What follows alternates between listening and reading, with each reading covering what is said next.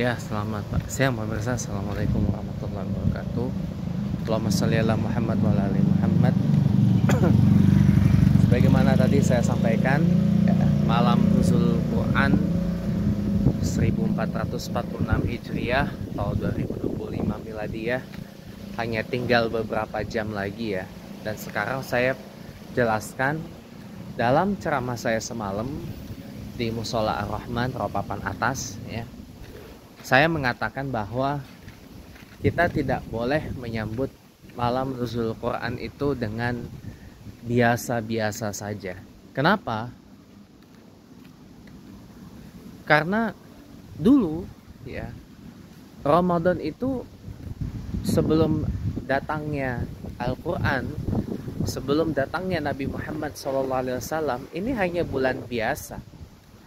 Sama seperti kalau kita bicara kalender miladiyah ya, semua bulannya di dalam kalender miladiyah ini biasa saja. Menjadi istimewa karena ada sesuatu terjadi di suatu tempat. Contoh bulan Agustus. Bulan Agustus kenapa sering disebut bulan kemerdekaan? Karena negara Republik Indonesia ini merdeka pada tanggal 17 Agustus 1945. Bulan Juni kenapa disebut bulan Bung Karno? Karena Bung Karno lahir dan wafat di bulan Juni. Bung Karno lahir 6 Juni 1901, wafat 21 Juni 1970. Makanya kenapa bulan Juni disebut bulan Bung Karno. Tapi sisanya kan biasa aja. Bulan Juli, bulan September, bulan Oktober, November, dan seterusnya hanya bulan biasa kan. Nah, begitu juga dengan bulan Ramadan. Nah, ketika Al-Quran diturunkan kepada Nabi Muhammad SAW pada bulan Ramadan, tanggal 17, ini yang menjadi spesial. Ya, Al-Quran diturunkan di Gua Hira di Makkah. Ya, tinggi banget itu guanya, dan untuk mendaki menuju ke Gua Hira itu memang perlu usaha yang ekstra karena permukaannya yang luar biasa ya. Nabi Muhammad SAW menerima wahyu yang diabadikan dalam Al-Quran surah Al-Alaq ayat 1-5. Iqra bismi rabbikal ladzi khalaq. Malaikat itu nyuruh malaikat Nabi Muhammad baca Iqra. Tapi Nabi Muhammad hanya menjawab, ma'ana biqari. Saya tidak bisa baca, saya tak pandai baca. Begitu lagi Iqra, sampai 3 kali. Nabi Muhammad juga menjawab, ma'ana biqari, sampai 3 kali. Sampai akhirnya Nabi Muhammad bisa membaca Iqra bismi rabbikal ladzi khalaq, khalaqal insana min 'alaq. Iqra wa rabbukal akramul ladzi 'allamal bil qalam, 'allamal insana malam puasa. 'Allamal insana malam ya'lam. Itu. Jadi itu yang diwahyukan oleh Allah pertama kali kepada Nabi SAW. Al-Alaq surah Al-Alaq ayat 1-5. 3 kali itu. Iqra. Nabi Muhammad juga 3 kali menjawab, ma'ana biqari. Saya tak pandai baca, saya tak bisa baca. Sampai akhirnya dibaca itu. Ya. Luar biasa loh. Ya. Makanya kenapa bulan Ramadan ini menjadi istimewa? Dipertegas lagi oleh Allah. Syahrul Ramadan allazi unzila fihil Qur'an. Hudalin nasi wal bayinat minal huda wal furqan. Quran surah Al-Baqarah ayat 185. Syahrul Ramadan allazi unzila fihil Qur'an. Bulan Ramadan, bulan diturunkannya Al-Quran.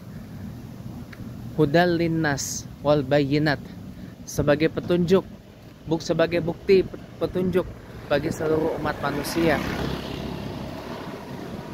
Minal huda wal furqan, dan pembeda dari kitab-kitab atau buku-buku petunjuk yang lain.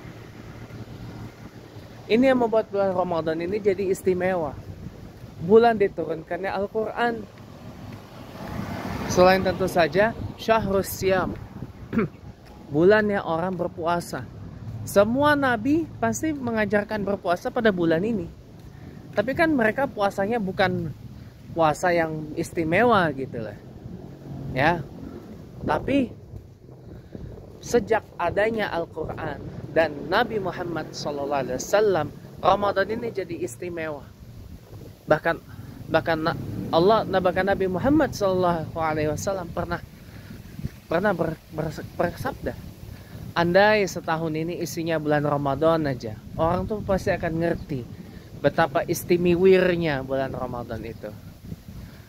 Ya, karomah, rahmat, kasih sayang dari Allah itu dicucurkan.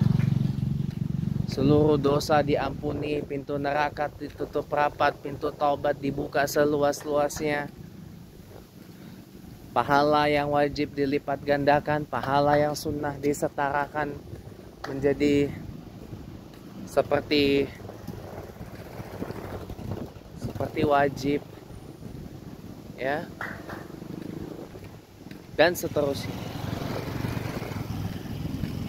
Kecuali dosa kepada sesama manusia dan dosa syirik, di mana kita harus bertaubat dengan sungguh-sungguh, taubatan nasuha, dan berjanji kepada Allah tidak mengulangi perbuatan itu di hari-hari yang akan datang. Itu.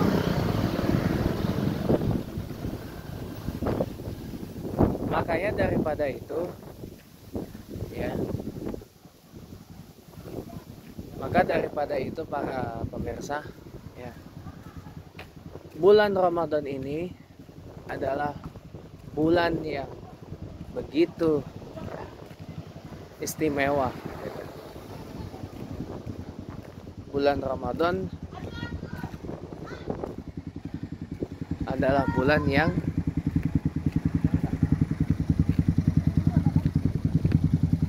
banyak manfaatnya sebenarnya. Makanya nggak boleh kita menyambut nuzul Quran ini dengan biasa-biasa saja.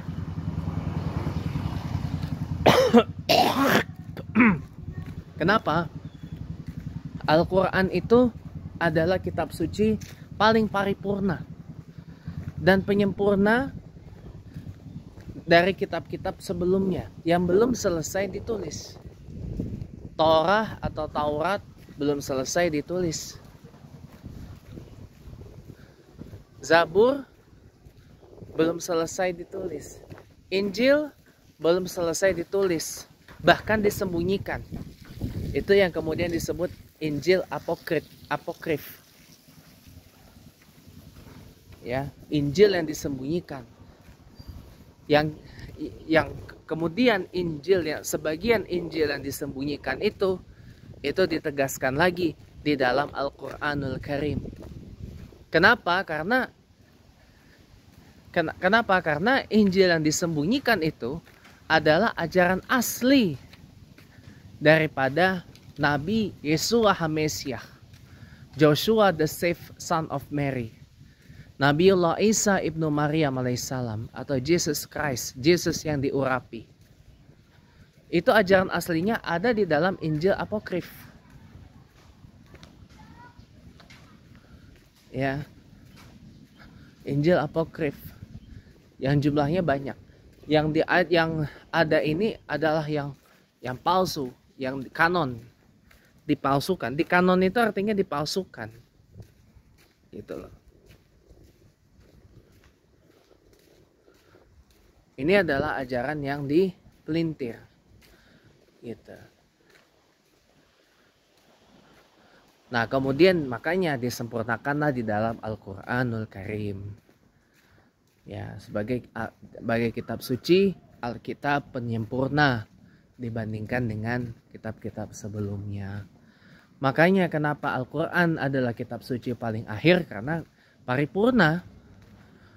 Semua yang ada di Torah, Zabur, Injil, terutama Injil apokrif, ya, dimuat semuanya di dalam Al-Quran.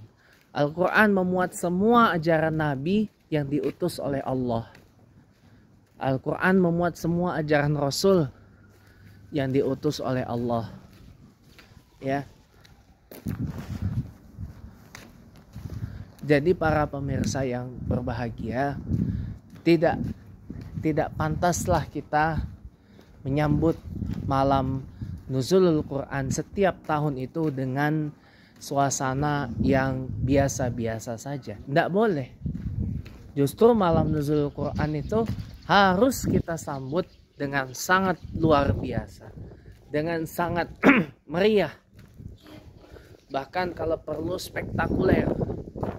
Malam nuzulul Quran itu tidak cuma dengan khataman yang meriah gitu ya, 350.000 kali khataman yang digelar Masjid Istiqlal hari ini tanggal 16 Maret 2025 ya, tapi juga disemarakan dengan yang lain ya. Nggak boleh sekali lagi kita menyambut malam nuzulul Quran ini dengan biasa-biasa saja, nggak boleh.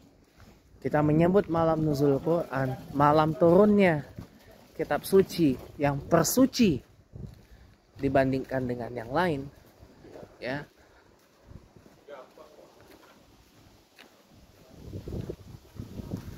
Harus kita sambut dengan meriah. Harus kita sambut dengan gegap gempita, dengan riang gembira, dengan penuh sukacita. Ya.